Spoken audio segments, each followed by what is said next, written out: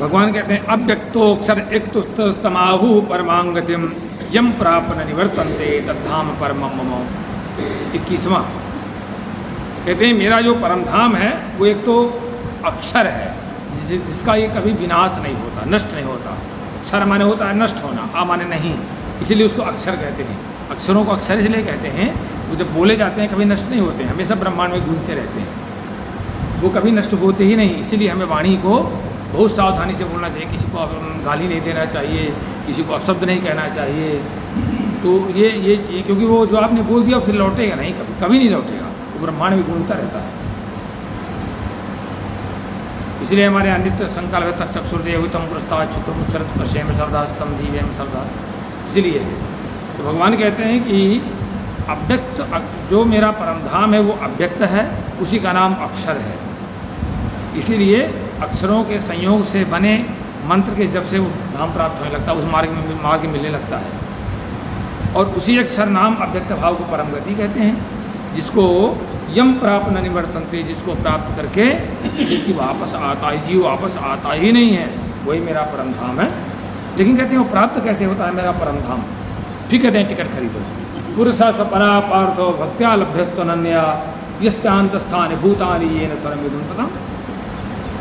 कहते हैं जिस परमात्मा के अंतर्गत सभी प्राणी हैं, सभी जो भी चराचर जगत है जिस परमात्मा के अंतर्गत है, जिस परमात्मा से संपूर्ण जगत परिपूर्ण है, ये संपूर्ण जगत जो है जगत ये परिपूर्ण है, वो सनातन अव्यक्त परम पुरुष परमात्मा जो है केवल और केवल अनन्या भक्त्या लभ्या, केवल अनन्य भक्ति के द्वारा ही प्राप्त होने योग्य है, अनन्य भक्ति के द्वारा, फिर कहीं ना भटका हो, केवल अनन्य भक्ति। यत्र काले तनावृत्तिम आवृत्तिम च वियोगिनः प्रयाता यान्तं कालम बक्षाएं भरतर शुभ। भगवान कहते हैं अर्जुन अब मैं आगे बताऊंगा, जिस काल में शरीर को त्याग करके गए हुए योगी जन फिर न वापस लौटने वाली गति को प्राप्त कर लेते हैं, कहते हैं वो मार्ग बताऊंगा जिस गति को योगी जन प्राप्त करते हैं और उस स्थान को प्राप्त कर लेते हैं कि फिर नहीं लौट करके आते हैं। वो दो तरह के मार्ग हैं, तो भगवान कहते हैं मैं आगे बताऊंगा। अग्निर्ज्योतिरः शुक्लः खण्डमासा उत्तरायणम तत्र प्रयाता गच्छन्ति ब्रह्म विदो जनाः। ब्रह्म को जानने वाले जो लोग हैं तो वो शुक्ल मार्ग का, शुभ्र मार्ग का अनुगमन करते हैं। कहते हैं अग्नि ज्योति जो ज्योतिर्मय है,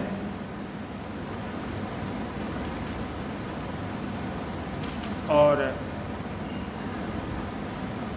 शुक्ल है, ऐसे मार्ग का जो चयन करते हैं ब्रह्मवेत्ता लोग, वो ब्रह्म को प्राप्त होते हैं। उसी को उत्तर मार्ग कहा गया है। उत्तर कुरवाह बसंती, उत्तर में देवता निवास करते हैं, वो दिव्य मार्ग है। ऐसा नहीं कि सबको उत्तरायण मर जाएगा तो सब चला जाएगा, आयन माने मार्ग भी होता ना मार्ग, जो उस मार्ग का अवलंबन करते हैं उत्तर मार्ग का, कहते हैं वो ब्रह्मवेत्ता ब्रह्मविदो जना, वो ब्रह्म को प्राप्त होते हैं, ब्रह्म के क्षण। दूसरा ये निष्काम भाव होता है, निष्काम मार्ग होता है। अब दूसरा कहते हैं एक सकाम मार्ग होता है। धूमो रात्रिस्तथा कृष्णा खण्डमासा दक्षिणायनम तत्र चांद्रमसम ज्योतिर्योगी प्राप्त निवर्तते। कहते हैं एक कृष्ण मार्ग होता है, वो उसको दक्षिणायन मार्ग कहते हैं। कहते हैं इस मार्ग का जो अनुगमन करते हैं, सकाम कर्म करते हैं ऐसे योगी, वो ज्योति प्राप्त, वो स्वर्ग को जाते हैं, लेकिन कामनाओं का फल पा करके, जो इच्छाएं किया, जो तप किया, उसका फल भोगा, फिर लौट करके आ जाए, प्राप्त निवर्तते, फिर लौट करके आ जाते हैं। शुक्ल कृष्णे गति हेते जगता शाश्वते मते एकया यात्य नावृत्ति अन्य आवर्ते पुनः। कहते हैं भगवान मैंने दो ठो मार्ग बता दिए, एक शुक्ल मार्ग, एक कृष्ण मार्ग। एक कामनाओं को लेकर के मार्ग है, हम कोई पूजा करेंगे तो पहले मनौती मान लेंगे, पहले चर्चा कर लेंगे, पहले मन में बैठा लेंगे ये फल मुझे मिलना चाहिए, तो कहते हैं वो मिलता तो है, लेकिन फिर कितना मिलता है, जैसा आपने किया वैसा मिलेगा, लेकिन एक सीमा है उसकी, उसका फल भोगोगे, फिर आप जब समाप्त हो जाएगा उसका पुण्य फल तो फिर यहीं आ जाओगे। और एक फिर आपको दुख में आना पड़ेगा। एक मार्ग है निष्काम भाव, जो हम कर रहे हैं भगवान को समर्पित है, आप जानो, कहते हैं वो फिर लौट के नहीं आता उसका। तो कहते हैं कि शुक्ल कृष्ण की गति है जगता शास्त्रीय मते, कहते हैं शुक्ल और कृष्ण जो है दो तरह के मार्ग हैं, इन्हीं को देवयान और पृथ्वीयान कहते हैं, ये सनातन कहे गए हैं। एक है अनावृत्तिम, एक मार्ग से जाने वाला व्यक्ति फिर लौट करके नहीं आता, फिर दुख में फंसता नहीं है, और दूसरे मार्ग से जाने वाला पुनः आवर्तते, फिर से दुख में फंस जाता है। इसी का नाम दे दिया दक्षिणायन और उत्तरायण। तो लोगों ने उसका अलग तरह से अर्थ निकाल लिया। नैते श्रुति पार्थ जानन योगी मुह्यति कश्चन तस्मात् सर्वेषु कालेषु योग युक्तो भवार्जुन। जो दोनों मार्गों को जानते हैं, शुक्ल मार्ग और कृष्ण मार्ग को, आयन को, भगवान कहते हैं कि इसको समझ करके कोई भी योगी भ्रमित नहीं होता। इसलिए इसी में बता रहे हैं, कहते हैं नैते श्रुति पार्थ जानन योगी मुह्यति कश्चन। हे पार्थ, इन दोनों मार्गों के जो तत्व को जानता है, जो रहस्य को जानता है, ये नहीं कह दिया कि दक्षिणायन में जाएगा तो नरक में चले जाएगा, उत्तरायण में चला जाएगा तो वैकुंठ में चला जाएगा, ऐसा नहीं है। कहते हैं जानन जो तत्व से वास्तविकता को जो समझता है, वो ऐसा योगी कभी अज्ञान में फंसता ही नहीं है। इसलिए अर्जुन सर्वेषु कालेषु योग युक्ता भव, इसलिए प्रत्येक काल में आप हर समय योग युक्त रहो, मुझसे जुड़े रहो, प्रत्येक काल में मुझसे जुड़े रहो। क्योंकि वेदेषु यज्ञेषु तपस्सु चैव दानेषु यत् पुण्य फलं प्रतिष्ठम अते तत् सर्वमिदं विदित्वा योगी परम स्थान उपैति चाद्यम। कहते योगी जो है ना, इस रहस्य को जो समझ लेता है, योगी इदं विदित्वा, इस रहस्य को जो समझ लेता है, तो क्या है, वेदेषु वेद पाठ से, यज्ञेषु यज्ञ पाठ यज्ञ करने से, तपस्या से, दानादि करने से जो पुण्य फल होता है ना, उससे ऊपर उठ जाता है। वो इस चक्कर में नहीं पड़ता है, पाप पुण्य के चक्कर में। वो निष्काम कर्म करता है केवल, और शुक्ल मार्ग का अनुसरण करता है, इसको उत्तरायण कहा जाता है। निष्काम कर्म करते हुए वो शुक्ल मार्ग यानी उत्तरायण मार्ग का अनुसरण करता है, तो कहते हैं फिर वो उनसे ऊपर उठ जाता है। ये करने से ये फल मिलेगा, वो सारा फल भगवान पर समर्पित भगवत अर्पण बुद्धि से रहता है। उसी का नाम प्रवृत्ति मार्ग है। प्रवृत्ति मार्ग चलता हुई ना, जो गृहस्थ आश्रम में रहते हुए भी प्रत्येक कार्य भगवत अर्पण बुद्धि से करता है, वो प्रवृत्ति मार्ग है। तो कहते हैं वो सबसे ऊपर जाता है, और आद्यम परम स्थान हो पाती, और वही योगी जो है परम स्थान को प्राप्त करता है। और निवृत्ति मार्ग उसी कहते हैं, जैसे सनक सनंदन सनातन सनत कुमार इत्यादि ऋषि जो है वो निवृत्ति मार्ग में रहे। वो आज जन्म से ही 5 वर्ष के हैं। 9वां अध्याय है। श्री भगवान उवाच इदं तु ते गुह्यतमं प्रवक्ष्यामि सूयवे ज्ञानम विज्ञान सहितं जिज्ञात्वा मोक्षे शुभात्। भगवान ने कहा कि अर्जुन, तुम अनसूये हो गए हो। अब तुम में ये समस्या समाप्त हो गई है, जो तुम में दूसरे में दोष देखते थे, दोष दृष्टि समाप्त हो गई तुम्हारी। क्योंकि भक्त के लिए, अपनी उन्नति के लिए दूसरे में दोष देखना बंद कर देना चाहिए। अगर सबसे ज़्यादा अपनी उन्नति चाहिए, जिसको पतन चाहिए, 2 काम शुरू कर दे, दूसरे की निंदा और दूसरे में केवल दोष देखना। तो जब आप दोष देखेंगे तो एक उसकी वैज्ञानिकता है। उसकी वैज्ञानिकता ये है, जैसे किसी को आपने दारू पीते देखा, अब उसमें दोष तो है ही है। अब दारू पीते देख यार 10 साल पीते तो कुछ नहीं हो रहा, उसको कुछ नहीं हो रहा, तो कहें चलो हम भी पी लें, कुछ नहीं होता पीने से, तो आप तो मरोगे। अरे होना तो उसको भी है, उसकी इम्यूनिटी भी काम कर रही है ना, इसलिए ऐसा है। होना तो उसको भी है, ऐसा हो ही नहीं सकता कि आग में हाथ डालो और चलो नहीं।